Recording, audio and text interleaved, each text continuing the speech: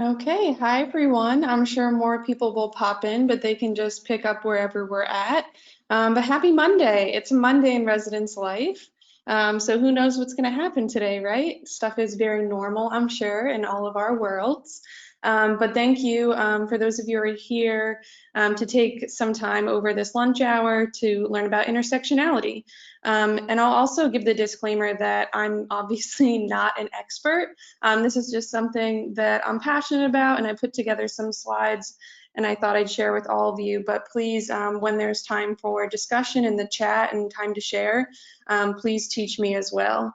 But yeah, basically the whole inspiration for this session is just that intersectionality has become a buzzword, and there's a lot of fear, at least from me and from some colleagues, that we don't really pay attention to where the word came from or what it really means. And I think that just needs to be addressed a little bit. So full disclosure, my name is Amanda Slichter. I use she, her, and hers pronouns. I'm an assistant director of residence life at Kutztown University. And I always like to start my presentations by just kind of disclosing my own identities. I think that's fair, especially, I don't think you can see me right now, but it's important to know where I come at this from because our identities impact our work, right, and impact how we view things. So I identify as a white, bisexual, cisgender woman. Yeah, and that's kind of all I have to say for introductions. Feel free to introduce yourself in the chat, but no need to if you'd rather not. Let me know if you can't see it, but I did put a link to an article that we'll be reading a little bit later in the chat. No worries if you can't see it. I'll repaste it later when we get to that. But we're going to get started. Let me know at any time if anything's not working. And ignore my little note at the bottom for Amanda record. It's because I didn't trust myself to remember to hit record. But have no fear, I actually remembered, and we are recording, so it can be posted on the website. All right, here we go. Okay, so the learning outcomes. So by attending this and chatting with me today, you'll be able to summarize the roots of intersectionality theory, to provide a full definition of the concept of intersectionality, and 3, give 2 examples of intersectional experiences of oppression. As we'll learn, that's what intersectionality is really actually about. And then 4, define privilege and power.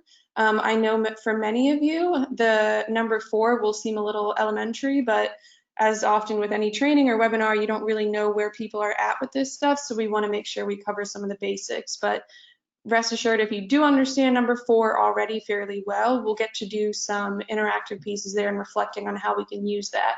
And I think we could all use a reminder of that no matter where we're at. So that's kind of what's on the table for now. Okay, so first we're going to, as I said, just talk about the roots of intersectionality in the greater landscape of feminism. It's important to know kind of where this came from. And I think as you see like the timeline of things, you'll be able to see why there was really a need for it.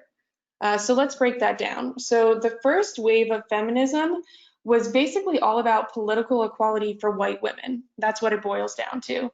And please know that as I go throughout this, this is not to discredit or shame in any way that all of the great work that feminism did along the way, but I'm intentionally pointing out that it leaves out women of color. So the Seneca Falls Convention was the first wave of feminism in the US. And basically it was all about like, we women, we share the same struggles. But that was being said by white middle-class women. It was led by that prominent identity. And they were talking about political equality for white women, and that excluded women of color. So that was like 1848.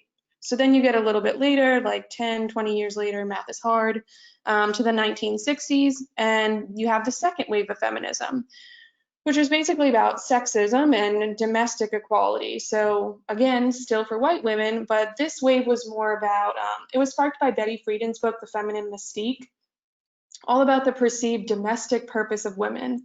Feminists during this time, they achieved a lot of success through the Equal Pay Act, Title IX, Roe versus Wade, all very important landmark cases and events, great stuff. But they largely alienated Black women from platforms in these mainstream movements. So we still have the problem that we had. I'm realizing that was much more than 10, 20 years ago, that we had in the 1800s. So still a big problem.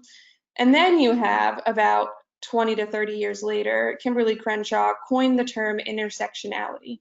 So that's when this concept kind of appeared. And at this point, we were right about to hit the 1990s, which was the third wave of feminism, which was about power, and the fight against sexual harassment was a big piece against this. And for those of you that remember this in the 90s, I don't because I was a child, but the Anita Hill hearing for the appointment of Justice Clarence Thomas was at this time. So context here is that if you didn't know, there was a big controversy with appointing Justice Clarence Thomas because there were accusations by Anita Hill about improper sexual misconduct, said some really vulgar things to her. There was, look it up, it's very, very terrible. But alas, he was still appointed as a justice, obviously. But this whole hearing and the process and everything that was in the news about all this really brought a lot of attention to this third wave of feminism and the fight against sexual harassment. So yeah, this wave of feminism in general focused on power in the workplace, ending that harassment, and it also finally noted the lack of attention to race, class, sexual orientation, and gender identity in the earlier feminist movements, and tried to finally provide a channel to address political and social disparities. So it's really around this time in the 90s that this concept and this realization that folks were being left out came to light. So that's kind of the context in which all of this came from. So thank you for bearing with that little history lesson. So Kimberly Crenshaw, I said she coined the term, so a little bit about her to give her credit. Amazing scholar, so American lawyer and civil rights advocate, a philosopher and leading scholar of critical race theory, and is currently a full-time professor at the UCLA School of Law and Columbia School of Law, where she specializes obviously in race and gender issues. That being said, it's important to note that Kimberly herself would say that, you know, this isn't my work alone.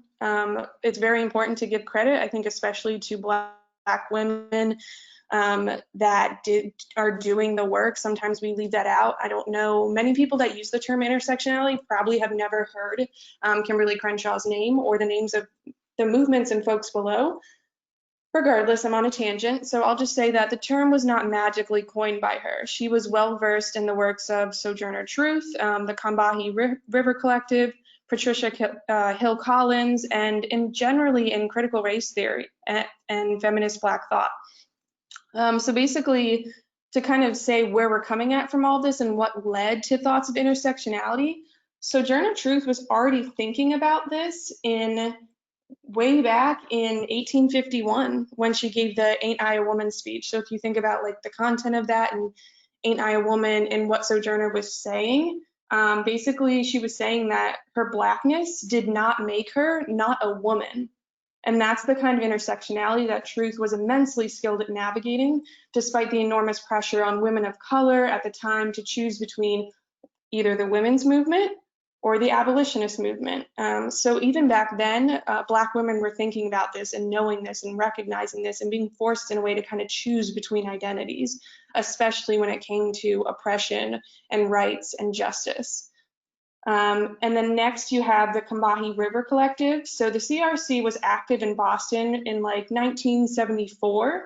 It highlighted that the white feminist movement and the civil rights movement were not addressing their particular needs as Black women and as Black lesbians, and kind of having a space for that unique experience and recognizing that there was a gap there. And then Patricia Hill Collins is just a well-known sociologist specializing in race, class, and gender overlap, and was doing a lot of the same work that Crenshaw did around the same time. And then just in general, there's a cumulative body of work by scholars and activists around critical race theory and Black feminist thought. So there's a lot that goes into this, and this work and this theory and all of this basically intersectionality as a lens of looking at the world and looking at oppression is not one person's work. So it's just important to point out where all this comes from and how it relates. So moving on, now that we have some context here of where this come from, we haven't even defined the term intersectionality yet.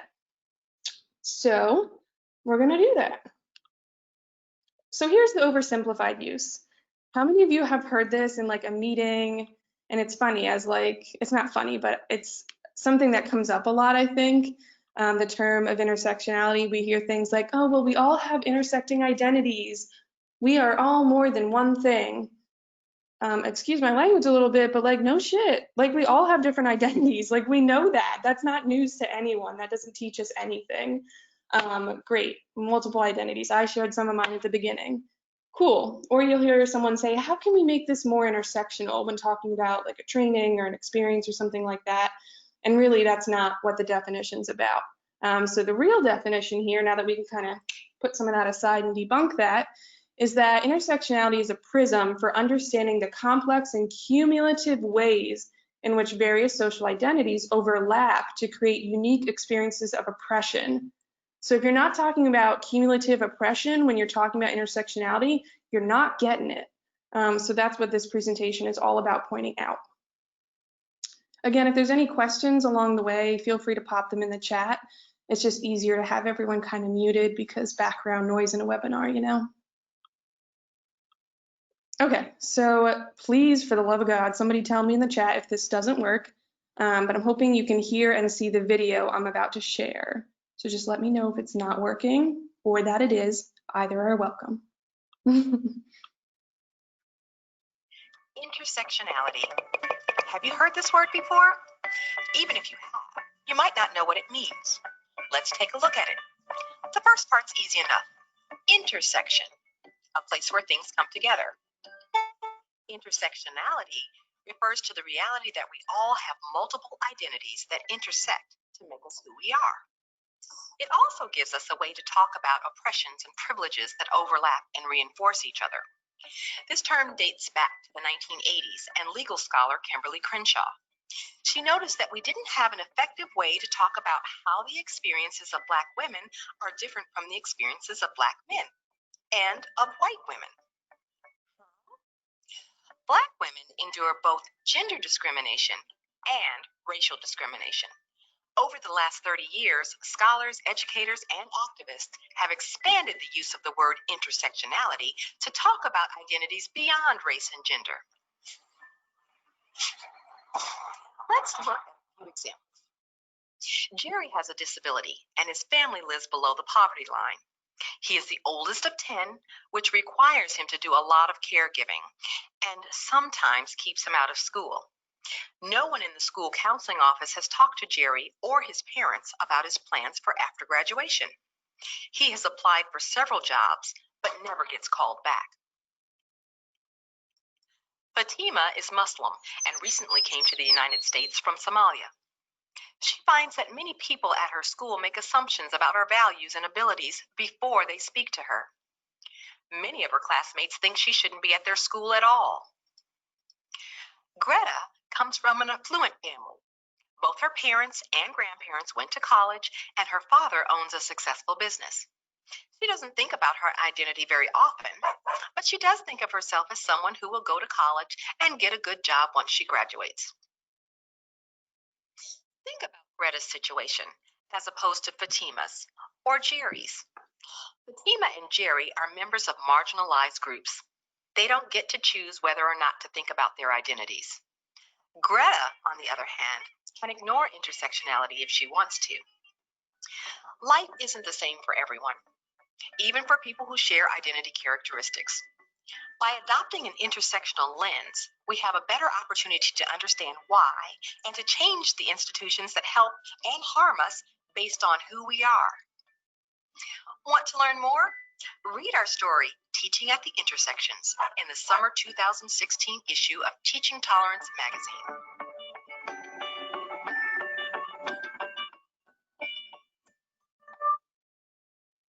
Okay, awesome. So normally I would ask for some feedback on that, but I think due to timing and the nature of this being a webinar, we're just going to move forward. So I hope that illustrated a little bit of what we've been talking about already. However, the next few slides are going to be about examples, examples that you can remember and draw from when you think of this term. So we're going to do that. If you're like, examples are when I really understand things, I got you. Okay, so many of you have probably seen this or know that there's a wage gap, right? So that's what this slide is about. So for every dollar that a white man makes, A black man makes 87 cents on that dollar. A white woman makes 79 cents on that dollar. Whereas a black woman who has the compounded oppression of being both a woman and a black person makes 62 cents on the dollar. And that's even accounting for things like oftentimes you'll get people that see these statistics and are like, but does that, maybe that's because of education. Two things there. Maybe there's a reason if people with minoritized identities aren't getting an education, there's probably something that's causing that. Two, this accounts for that. So this is looking at folks overall with the same level of education, so same degrees, things like that. But however, I'm curious if you can get ready to use the chat and answer this question. So what else, in and of using this, like simply by using this example, I'm kind of inadvertently giving you another example of intersectionality and oppression here.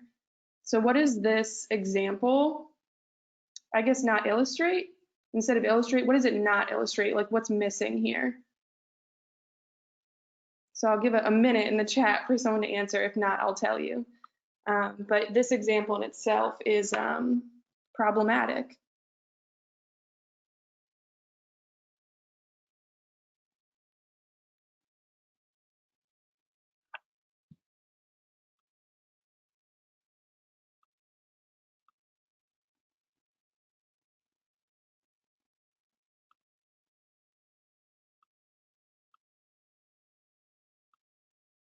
Or if you're more comfortable putting your hand up, I think I can unmute you by name.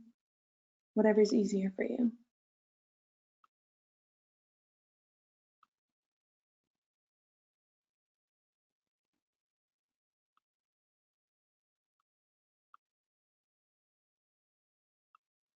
Okay, A for effort. Somebody put their hand up and then put it back down. But I'll tell you. So this example in itself is reinforcing the binary. We only have examples here that are for men and women. So this could be a whole other session, I guess, about how the binary is a myth, and there are plenty of other genders that are not represented even in this example. And that's, that's indicative of a larger problem. The problem isn't that I didn't want to use an example that was more inclusive. It's that Pew data and other data out there, you can't find an example like this that even asks the question, right? So when we're having surveys or any instruments to address or record these things, they're often not giving an option outside of man or woman. So this is an example twofold based on what you see, but it's also an example of intersectionality based on what you're not seeing here, right? You're not seeing the example of a black trans woman, you're not seeing the example of a black non-binary woman or a white trans man, right? So this could be a lot more specific and a lot more representative, but this is just another form of oppression to not have that data even available to us. So moving on, so this is a part that I really like in this presentation. So this does require some active participation, I guess, on your part. But if you didn't see it earlier in the chat, I'm pasting in a link now to an article. So we're going to take some time. We have time in this presentation to do this, and I think it's an important conversation. So if you could click the link in the chat, let me know if you can't see that for whatever reason, and I can find a way to get it to you. But it's a Medium article about the intersectionality of race, gender, in regards to things like employment. So it's an interesting article. I want to give everyone about 5 minutes to read it. And then we're going to use the chat and we're going to talk about it. So I need your participation here. But these are the questions. So if you're the kind of person that needs some time to think and reflect, know ahead of time that I'm just going to be asking what stood out to you and what do these interpretations of Title VII illustrate and how? Because they're great examples of intersectionality.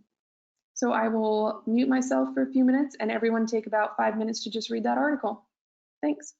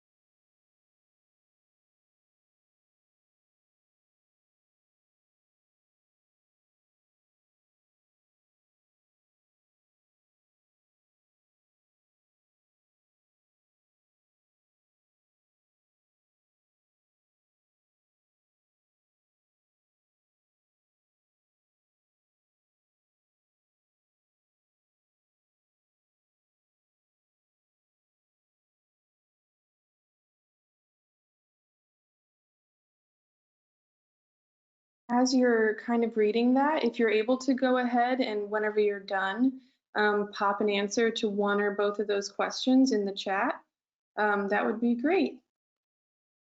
I'll check back in a minute or two.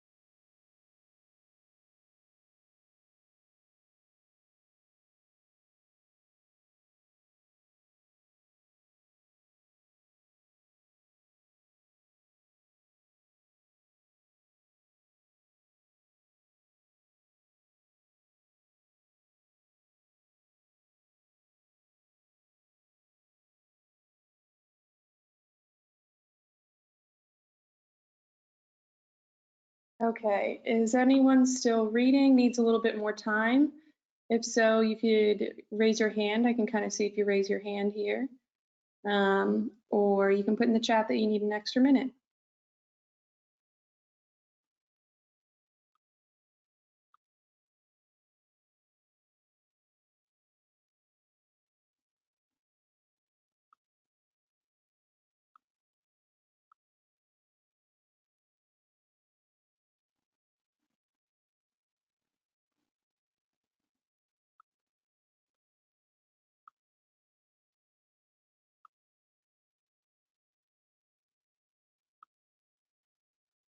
Okay, I think we've all read it then.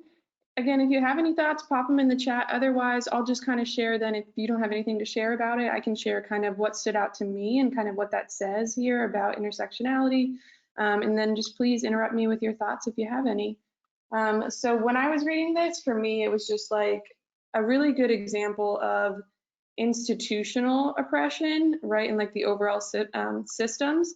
So I think a lot of times when we think of oppression or discrimination or bias, we think often most of examples that are interpersonal, right? Like this kind of person-to-person experience of saying something inappropriate or saying something racist or saying or doing something sexist directly to another person. But oftentimes we leave out examples that are institutional. So like the institution of our government, of our systems of law right here. So we have all of this stuff here about how clearly at the end of the article they say, you know, a suggested reform to this would simply be adding the phrase or any combination thereof, right? Because initially a lot of these cases and the language and reasons for the case rested on the fact that there were, you know, people who identified as a woman and were Asian mothers, and their claim, you know, not being able to be seen because of, you know, you have to focus on one identity. And that's just counterintuitive to the whole experience of intersectionality and the oppression that's coming from multiple directions. You can't force people to choose when the argument is that, no, it's this unique experience of oppression that's causing this, and that's why I'm even have this case right now. So I found that interesting that it's so hard to like it's unfortunately so hard to make laws fit what we need, and how can we advocate for something like that? But I do have some things in the chat now, so this is great. So someone said, it seems impossible to codify the uniqueness of human identity, and the suggested phrase or any combination thereof seems to be the only actual way to provide this support. Yeah, exactly. That's like completely what I was just saying, of that it's clear to many of us reading this, the author of this, what the solution is, and yet somehow we still don't have it, right? To this date, it's still a battle with Title VII. So thank you for sharing that. Someone else said, I find it interesting that the article interprets courts as being unable to comprehend intersectional experience due to compartmentalization of identity categories in Title VII language, when the quote from Title VII clearly has an and in race, color, religion, sex, and national origin. It seems to me that the legal protections are there and the fault is on the courts for an oppressive mindset. And I think you bring up a great point with this. So the fact that language, anytime it's open for interpretation, it seems like it always tends to be whatever interpretation is the least convenient for the marginalized group. So we need laws and things like this that are clear and that are very direct in giving the rights here and giving the privileges and giving the kind of protections that Title VII would offer. Because you're right, when you know, to us it sounds like and should already say that, right? Why do we need an edit when it already says and? Because people and lawyers and courts will do what they want with it if they think they can, and they have. So that's frustrating as hell. So thank you for sharing that. And the last comment I have here is the big takeaway I'm having from it is summarized at the end. Law is so dependent on historical rulings that it makes it tough to make lasting change when there's no consistency. You're absolutely right. And they go on to say, so a legal win gets tainted when there isn't a strong legal precedence to back it up moving forward. Yep, that's it, because a lot of what the courts look at is precedent, right? So if it's not clear, or if people are making different decisions, then people can kind of pick and choose when they want to grant protections, which is problematic. So again, this is an example. This article was meant to serve as an example of the way that intersectionality can even impact things beyond the interpersonal, right? Beyond just from me to you and experiences of oppression. Like, our nation and our courts are built on oppression. So that's a fun fact for a Monday. I'm sure we're all feeling good right now. So thank you for your participation. I know it's a little awkward and it's hard in a webinar, so I appreciate all of your effort. Okay, moving on. So now we're going to talk about leveraging your own power and using your privilege. So I think many of us probably know these definitions pretty well, but if not, just a refresher or some language here. So privilege is a set of automatic benefits given to people who fit into a specific social or identity group. It's like a head start, but it doesn't mean you don't have hardships. People get really bent out of shape and defensive about this word. Like, privilege is like saying, people like whisper it, like privilege. Like, it's not a curse word. It's not scary. It just means that your privileged identity, for example, for me being white, it just means that my identity, my whiteness, isn't causing my hardships, right? It's not making my path any more difficult. And that's privilege. It's a privilege. That whiteness is a privilege because there are less barriers in the way. And those barriers are not caused by my whiteness. So that's privilege. Power is what comes from privilege. So power is the access to resources and or the ability to influence. I think we most often think of power in regards to resources, but we need to remind ourselves that it's also the ability to influence. So you have a lot of power in your ability to influence if you are speaking with or advocating towards people that look like you. For example, again, I'll use my whiteness as an example. I have a lot of power there to influence other white people because we share an identity and people find it easier to connect with, understand, and unfortunately just respect people who look like them or have similar experiences. So power is a gift, just like privilege is, right? So trying to get people out of that mindset of this is something to be ashamed of.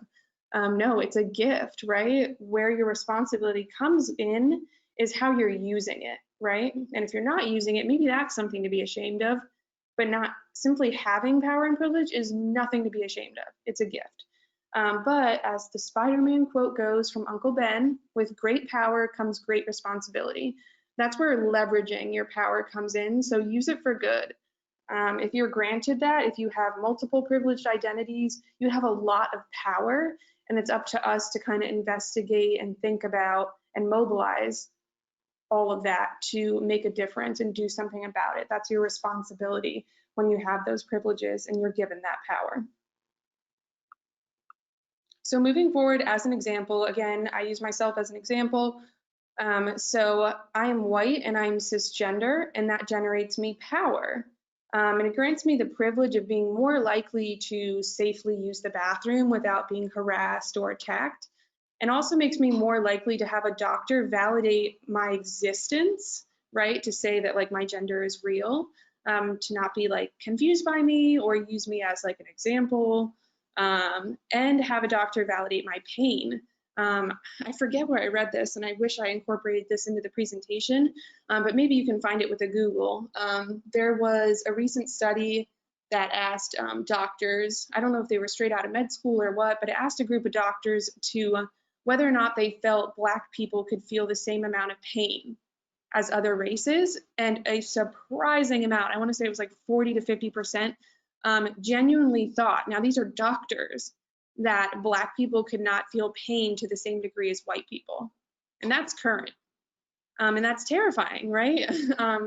So I think just recognizing that and people knowing that these biases are still out there are important because, right, as my example here, being white and cisgender grants me these privileges, but it's hard to recognize your privileges if you don't see the prejudice and you don't see the discrimination that's happening. So that's just one example, but I'd ask you to kind of think for yourself, what if you were to make a chart like this, what would it look like for you? So like what's an identity or two that you might put at the top here? And think about, okay, so if those identities generate me power, what are those privileges? I'm more likely to do this or to be able to do that. I'm more likely to have this given to me. I'm more likely to have access to, and just think about that for yourself and kind of what that gets you, and then kind of what you can do with that. So normally this would be like a parent share, but I think we're just gonna use the chat again. And I'm, again, happy to kick us off with some of this conversation. But if you can just take some time to think and reflect. We're doing great on time, so you have time if you want to take 5 minutes to reflect and then type in the chat kind of what is going on here for you after reflecting all that. So my two questions are, in what ways might you benefit from systems of power and privilege related to these concepts? And I'll be putting that slide back for you so you can kind of see my example. And then in what ways can you leverage that power to resist these systems? So I'm not just asking you to kind of name ways you benefit and what your privileges could be, but then I want you to take it one step further. So how can you literally and tangibly leverage that power to resist those systems of oppression? So take like 5 minutes, and as you have answers, just pop them in the chat or the questions feature, and we will get to it and we'll talk. Thanks. Take 5.